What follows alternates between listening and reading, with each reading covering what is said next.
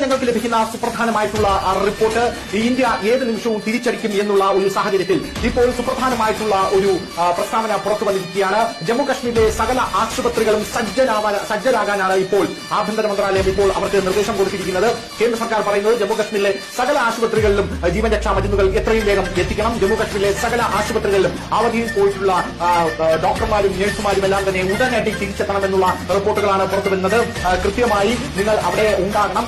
ഏത് നിമിഷവും വലിയ രീതിയിലുള്ള ഒരു ഓപ്പറേഷൻ ഉണ്ടാകാനുള്ള ഒരു സാധ്യതയുണ്ട് എന്നതിന്റെ പുറത്താണ് ഇപ്പോൾ കേന്ദ്ര സർക്കാർ ഇങ്ങനൊരു നിർദ്ദേശം ജമ്മു കശ്മീരിലെ ആശുപത്രികൾക്ക് നൽകിയിരിക്കുന്നത്.